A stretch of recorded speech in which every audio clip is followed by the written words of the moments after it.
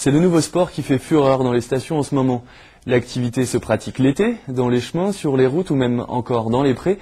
Mais de quoi s'agit-il exactement? Réponse à Valloire avec Julien Pelletier et Marraine Hauteux. Ce n'est pas un snowboard, pas tout à fait un skate non plus. En fait, l'engin mystérieux est un peu entre les deux. Voilà, comme ça. La différence avec les snowboards, les longboards, tout ça, c'est que c'est beaucoup plus lourd parce qu'on a des trucks beaucoup plus évolués avec des ressorts qu'on voit dessous là, ce qui permet d'amortir et de passer en tout terrain.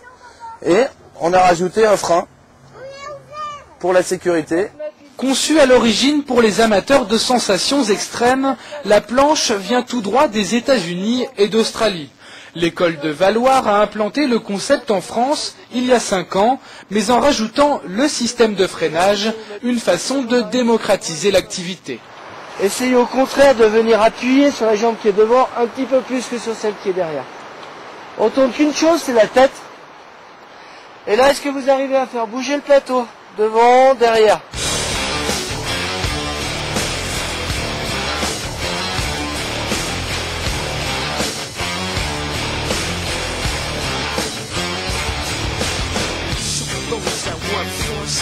C'est comme si tu faisais du vélo, c'est en faire directement.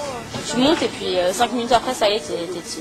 Sensation de vitesse, stabilité, les obstacles, pas mal aussi. Non, c'est cool. Non, moi j'aime bien, j'adore. Moniteur de snowboard l'hiver, au mois de juin, Xavier enfile son équipement de mountain board.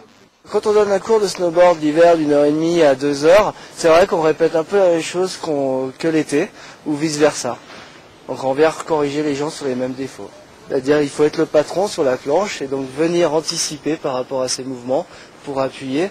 En snowboard c'est la même chose, si on se fait tirer en arrière, rien de plus naturel que de mettre les épaules face à la pente, ça marche moins bien.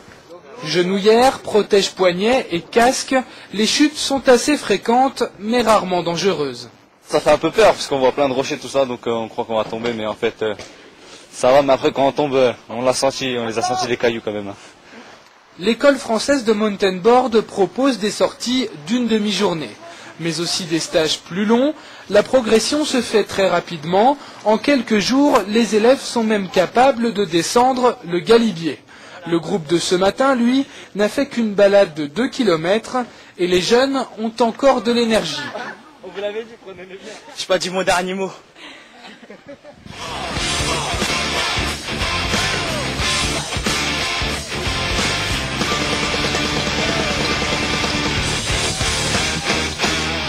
Mais il leur manque encore une petite chose, le style.